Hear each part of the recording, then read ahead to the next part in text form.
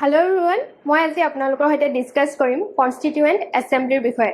Constituent এসেম্বলিৰ বিষয়ে discuss কৰাৰ আগতে আমি জানিব লাগিব কনস্টিটিউয়েন্ট এসেম্বলি মানেনো কি। কনস্টিটিউয়েন্ট এসেম্বলি হৈছে ইলেক্টেড ৰিপ্ৰেজেন্টেটিভছ খিনিৰ এটা স্পেশাল বডি য'ত তেওঁলোকে ড্ৰাফট কৰিছিল কনস্টিটিউশনখন। কনস্টিটিউশনত কি ইনক্লুড হ'ব কি নহ'ব আৰু তেওঁলোকে সেইখিনি ডিসাইড কৰিছিল। আৰু এই কনস্টিটিউয়েন্ট এসেম্বলিৰ লগতে ৰিলেট হৈ থকা কেইটামান ইম্পৰ্টেন্ট ডেটস আজি মই আপোনালোকৰ সৈতে ডিসকাস কৰিম। ইয়াৰে ফাৰ্ষ্টটো হৈছে 9 ডিসেম্বৰ 1946। ইয়াত কি হৈছিলে ফাৰ্ষ্ট সিটিং হৈছিলে কনস্টিটিউয়েন্ট এসেম্বলিৰ, মানে ফাৰ্ষ্ট সিটিং মানে ফাৰ্ষ্ট মিটিংখন হৈছিলে কনস্টিটিউয়েন্ট এসেম্বলি। তাৰ পাছৰ ইম্পৰ্টেন্ট ডেটটো আহিলে 11 ডিসেম্বৰ 1946, যিদিনা মুছলিম লীগে কি কৰিলে বয়কট কৰিলে কনস্টিটিউয়েন্ট এসেম্বলি।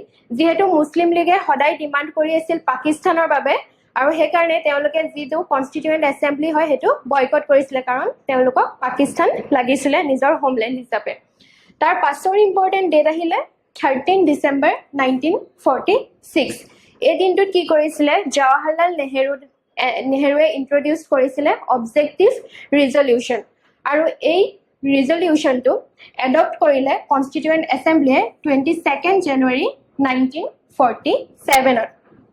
আৰু এই অবজেক্টিভ ৰিজলিউশনটোৱে কি হয় প্ৰিএম্বলৰ মডিফাইড ভাৰ্জন হয়। আৰু তাৰ পাছৰ ইম্পৰ্টেন্ট ডেটটো আহিলে 22 জুলাই 1947। এটোত কি কৰা হৈছিলে আমাৰ যিখন নেশনাল ফ্লেগ আছে সেই নেশনাল ফ্লেগখন এডপ্ট কৰিছিলে কনস্টিটিউয়েন্ট এসেম্বলিয়ে। তাৰ নেক্সট ইম্পৰ্টেন্ট ডেটটো আহিলে 15 আগষ্ট 1947। এই দিনটোত কি হৈছিলে আমাৰ যিহেতু আমাৰ দেশখন শাসন কৰি আছিল ব্ৰিটিছে, আৰু এই ব্ৰিটিছাৰ্ছে নিজৰ পাৱাৰ ট্ৰান্সফাৰ কৰিছিলে ইণ্ডিয়া আৰু পাকিস্তানলৈ।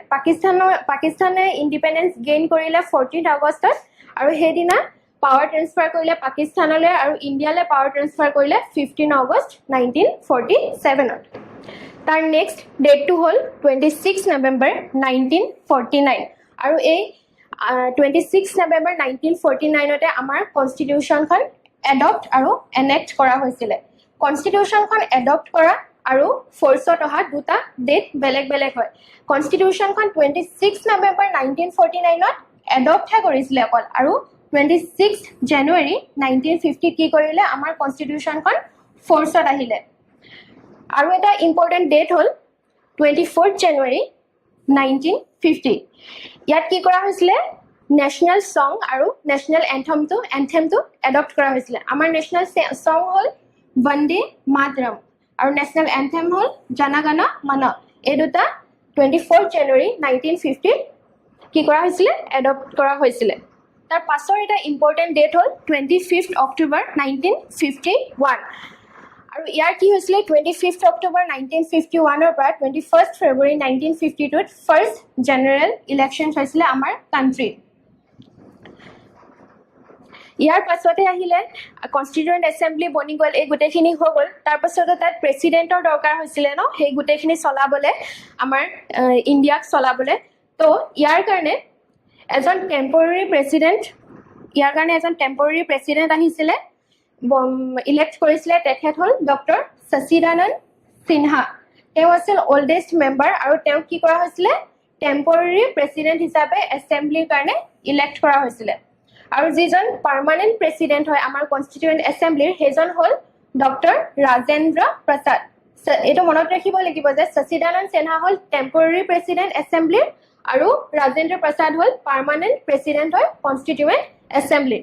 ঠিক আছে, আমি গম পালো যে এতিয়া এজন টেম্পৰৰী প্ৰেচিডেণ্ট আছিলে আৰু এজন পাৰ্মানেণ্ট প্ৰেচিডেণ্ট আছিলে। এতিয়া আমি জানিম ভাইচ প্ৰেচিডেণ্ট কোন আছিলে। কনস্টিটিউয়েন্ট এসেম্বলিত আমাৰ ভাইচ প্ৰেচিডেণ্ট দুজন আছিলে, এজন আছিলে H.C. মুখাৰ্জী আৰু এজন আছিলে V.T. কৃষ্ণমাচাৰী। ইমানটোৱে আছিলে কনস্টিটিউয়েন্ট এসেম্বলিৰ বিষয়ে। কিন্তু আমি এটা কথা জানিব লাগিব যে মহাত্মা গান্ধী কনস্টিটিউয়েন্ট এসেম্বলিৰ পাৰ্ট নাছিলে কেতিয়াও। তো এইটো এটা ইম্পৰ্টেন্ট পইণ্ট হয় যিটো আপোনালোকে মনত ৰখাটো খুবেই দৰকাৰী। ধন্যবাদ।